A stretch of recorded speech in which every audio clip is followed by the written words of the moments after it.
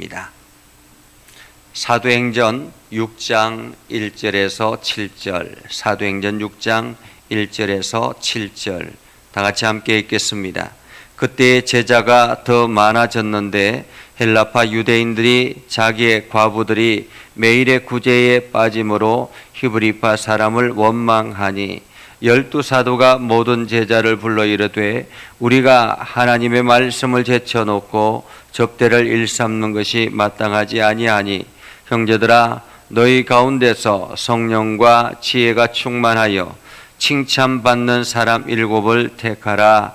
우리가 이 일을 그들에게 맡기고 우리는 오로지 기도하는 일과 말씀 사역에 힘쓰리라 하니 온 무리가 이 말을 기뻐하여 믿음과 성령이 충만한 사람 스데반과 또 빌립과 프로고로와 니가노로와 디몬과 바메나바와 유대교에 입교했던 안디옥 사람 니골라를 택하여 사도들 앞에 세우니 사도들이 기도하고 그들에게 안수하니라.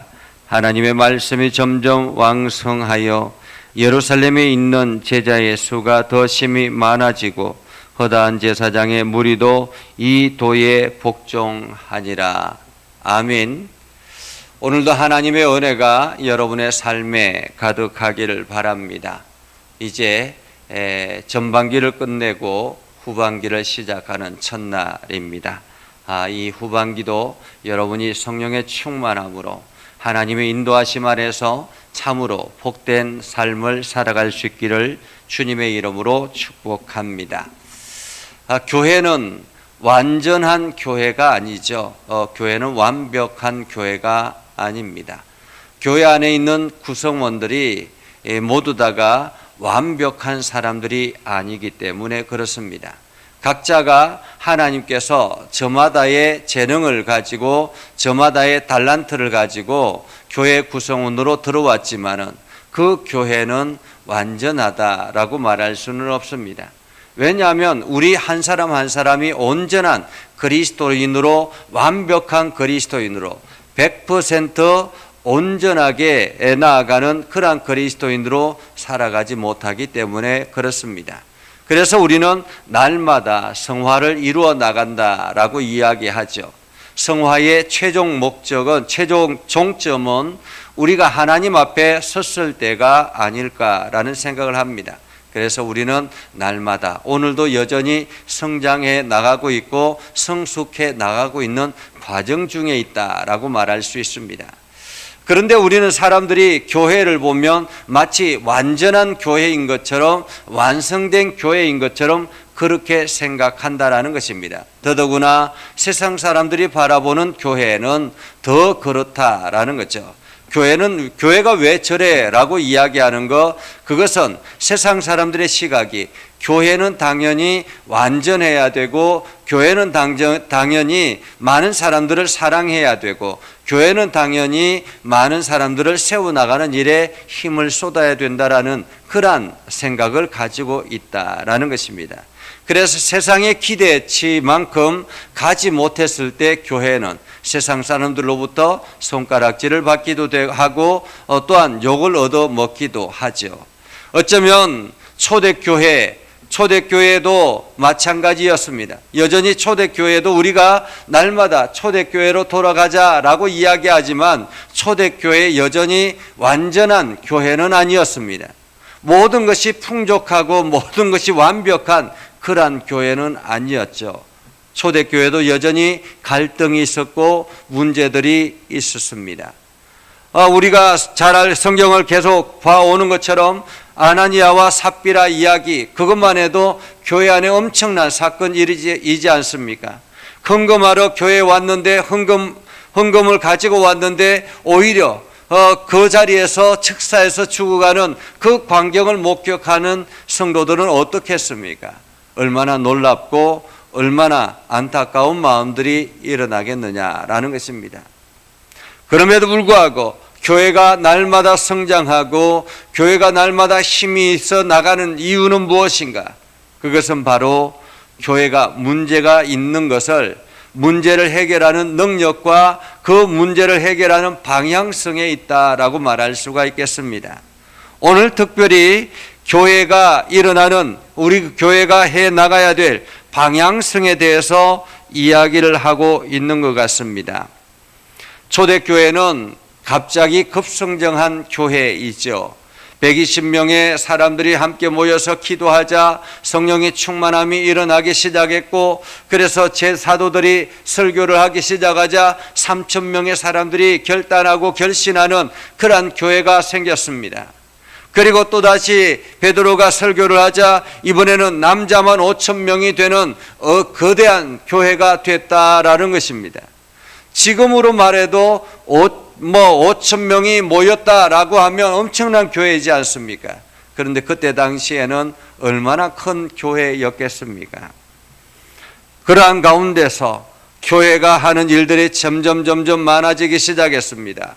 우리가 성경을 계속 보아오는 것처럼 사람들이 자기의 소유로 이 고백하지 아니하고 이것을 하나님의 것입니다라고 이야기하며 밭을 팔아서 가져오고 집을 팔아서 가져오고, 그래서 가난하고 어려운 사람들을 구제하도록 만들었습니다.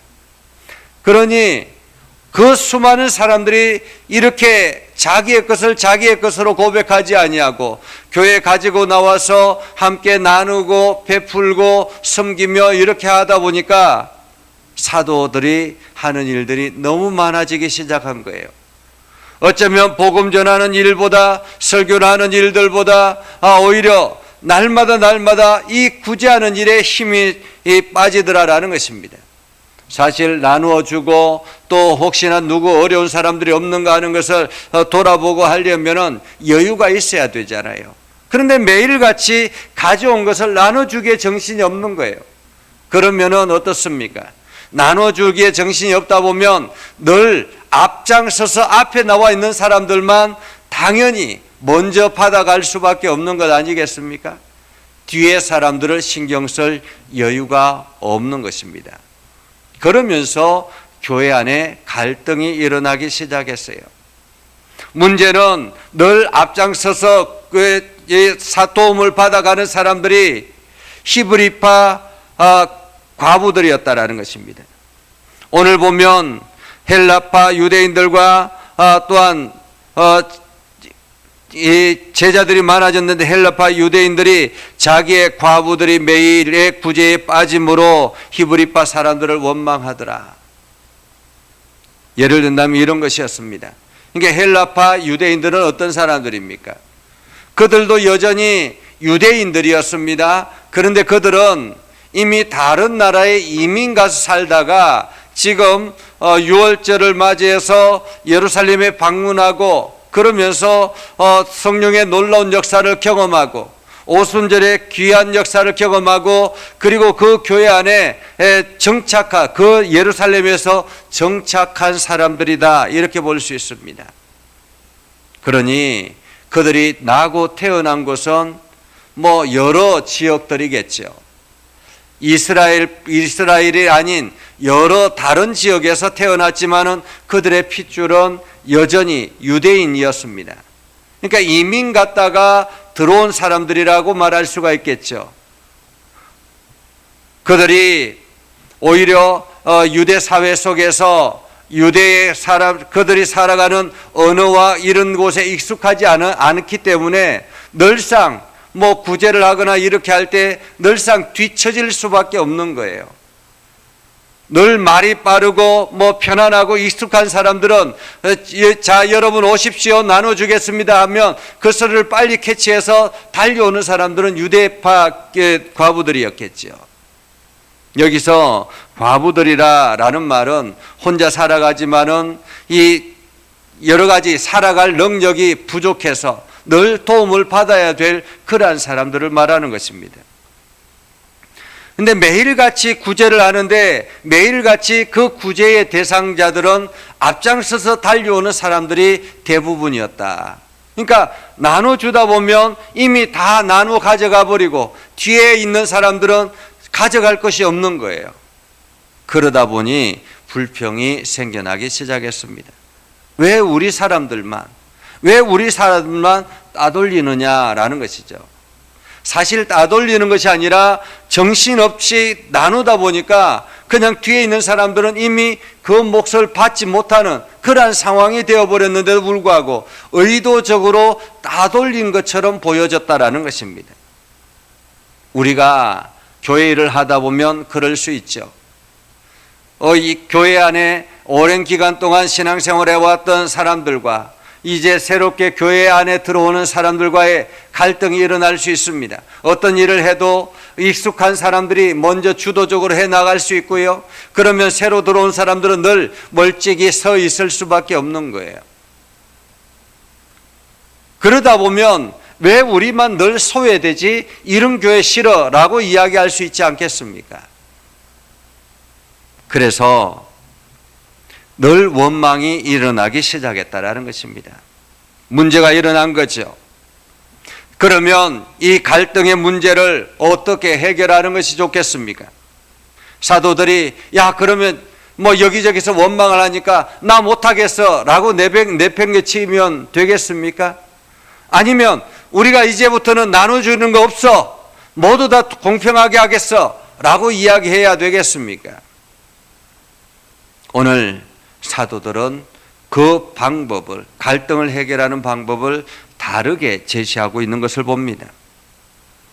2절에 보면 이렇게 말하죠. 12사도가 모든 제자를 불러 이르되 우리가 하나님의 말씀을 제쳐놓고 접대를 일삼는 것이 마땅하지 아니하니 형제들아 너희 가운데 성령과 지혜가 충만하여 지혜 칭찬받는 사람 7을 택하라. 우리가 이 일을 그들에게 맡기고 우리는 오로지 기도하는 일과 말씀 사역에 힘쓰리라 라는 거 말하고 있습니다.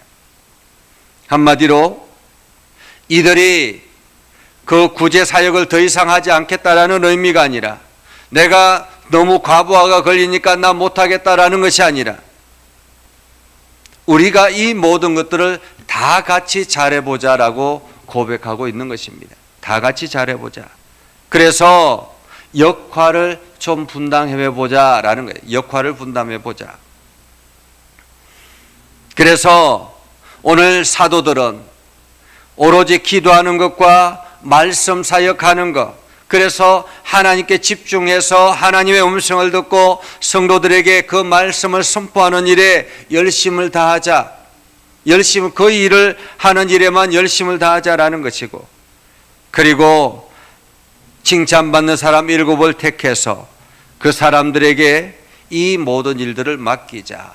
다시 말하면 성도를 돌아보고 구제하는 일을 하고 이러한 일들은 그들에게 맡기자라는 것입니다. 초대교회는 오늘날의 교회처럼 목사가 있고 장로가 있고 권사가 있고 집사가 있고 이렇게 제도화된 것이 아니었습니다. 교회는 처음부터 이렇게 완벽하게 제도화된 것이 아니라 하나씩 문제가 일어날 때마다 그 문제를 해결하면서 하나씩 제도를 맞춰 나간 것이 바로 교회입니다. 어쩌면은 앞으로 우리 교회도 마찬가지죠. 우리 교회가 점점 미래를 향해서 나아가게 될 때 여전히 우리는 완벽한 교회가 아니기 때문에 계속 이어서 문제가 일어날 때마다 그 문제를 하나씩 해결해 나가는 그러한 능력이 필요한 것입니다. 그래서 오늘 우리가 서로가 역할을 감당하자, 따로따로 나누어서 역할을 감당하자 해서 온 무리들이 기뻐하여서 믿음과 성령이 충만한 사람 스데반, 빌리, 브로고로, 니가노로, 디몬, 바메나, 니골라 이렇게 7명을 선택했습니다.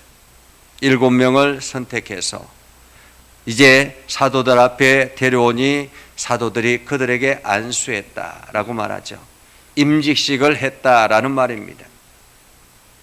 교인들이 서로가 투표를 해서 이 7사람이 좋겠습니다라고 결정을 해서 공동의회를 하고 그리고 난 다음에 사도들 앞에 데려오니 사도들이 그들에게 안수해서 그들에게 임직식을 했다라는 것입니다. 그리고 난 다음에 사도들은 말씀 사역이는 일에 열심을 다하고 그리고 이 7 집사들은 섬기고 나누는 일에 열심을 다했다. 그렇게 각자가 주어진 역할들을 하기 시작하자 교회는 성장하기 시작했습니다. 더 성장하기 시작했다라는 거죠. 하나님의 말씀이 점점 왕성하여 예루살렘에 있는 제자의 수가 더 심히 많아지고 허다한 제사장의 무리도 이 도에 복종하니라. 허다한 제사장은 어떤 사람들입니까? 유대주의자들이요, 그들은 율법에 능한 사람들이었습니다. 그런데도 불구하고 그들이 이 도에 복종했다. 이 도는 어떤 도이겠습니까? 예수 그리스도의 십자가의 도를 말하는 것입니다.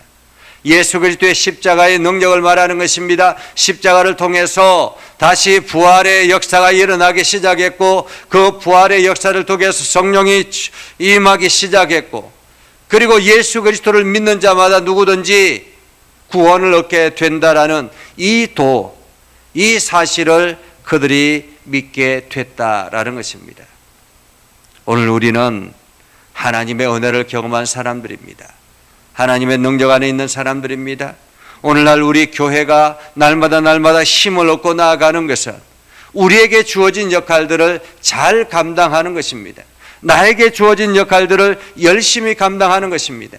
목회자는 목회자의 역할을 감당하고, 장로는 장로의 역할을 감당하고, 권사는 권사의 역할을 감당하고, 집사는 집사의 역할을 감당하는 것입니다. 이렇게 주어진 역할들을 잘 감당할 때 교회는 아름답게 성장해 나갈 것이요, 교회는 교회가 해야 될 일들을 잘 감당하게 되는 것입니다. 이것을 통해서 점점 말씀이 세상으로 뻗어나가고 하나님 나라를 세워나가고 하나님의 영광을 드러내고, 그래서 하나님께 칭찬 듣는 삶을 살아가게 되는 것이죠.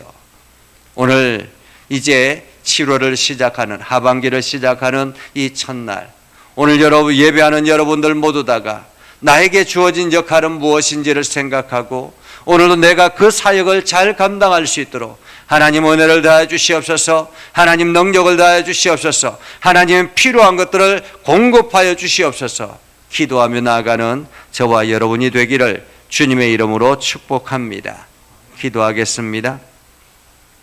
거룩하신 아버지 하나님, 오늘도 우리 가운데 함께 하시고 하나님의 은혜를 더해 주셔서 우리가 행하는 모든 일들마다 하나님의 영광을 나타내도록 우리를 사용하여 주시옵소서.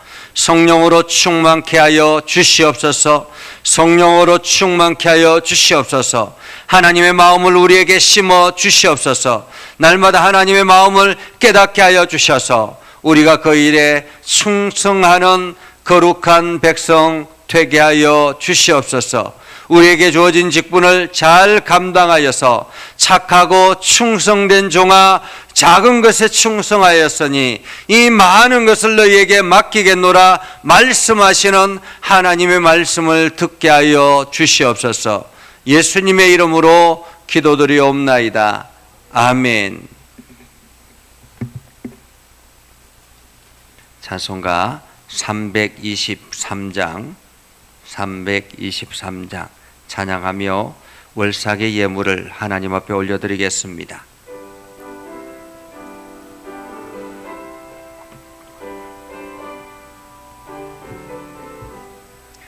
푸른바다 나선 이 몸 어디든지 가오리다. 괴로우나 즐거우나 주만 따라 가오리니 어느 누가 막으리까. 죽음인들 막으리까. 어느 누가 막으리까. 죽음인들 막으리까. 아골 골짜 빈들에도 들고 가오리다. 소돔 같은 거리에도 사랑 찾아가서 종의 몸에 지닌 것도 아낌없이 드리리다. 종의 몸에 지닌 것도 아낌없이 드리리다. 존귀 영광 모든 권세 주님 홀로 받으소서. 멸시천대 십자가는 제가 지고 가오리다. 이름 없이 빛도 없이 감사하며 섬기리다. 이름 없이 빛도 없이 감사하며 섬기리다. 아멘. 기도하겠습니다. 거룩하신 아버지 하나님, 이 시간도 저희를 사랑하셔서 하나님의 은혜 안에 거하게 하시고 하나님의 영광을 드러내게 하시고 복음의 삶을 살아가게 해주심을 감사드립니다. 7월을 시작하는 월삭의 예배를 드리며 우리가 가지고 있는 물질을 하나님 앞에 올려드립니다.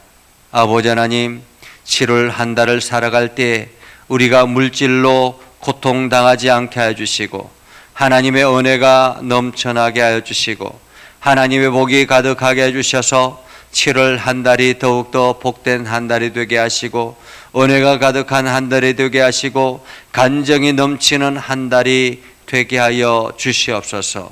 특별히 아버지 하나님, 이 예물을 통해서 선교 지역에 선교사님들을 세워나가는 일에 힘을 다하게 하시고 이 예물이 선교사님들에게 전달되어질 때 더욱더 힘을 얻게 해주시고 권능을 가지게 해주시고 하나님의 놀라운 은혜를 경험케 하여 주시옵소서. 선교사님들이 선교 현장에서 주의 복음을 선포할 때마다 수많은 영혼들이 살아나는 역사가 일어나게 하시고 땅끝까지 주의 복음을 선포하라 말씀하시는 그 말씀을 통해서 우리 선교사님을 통해서 수많은 영혼들이 주께로 돌아오는 역사가 있게 하여 주시옵소서. 오늘도 우리 가운데 역사하신 하나님을 찬양합니다. 하나님, 우리와 동행하여 주옵소서.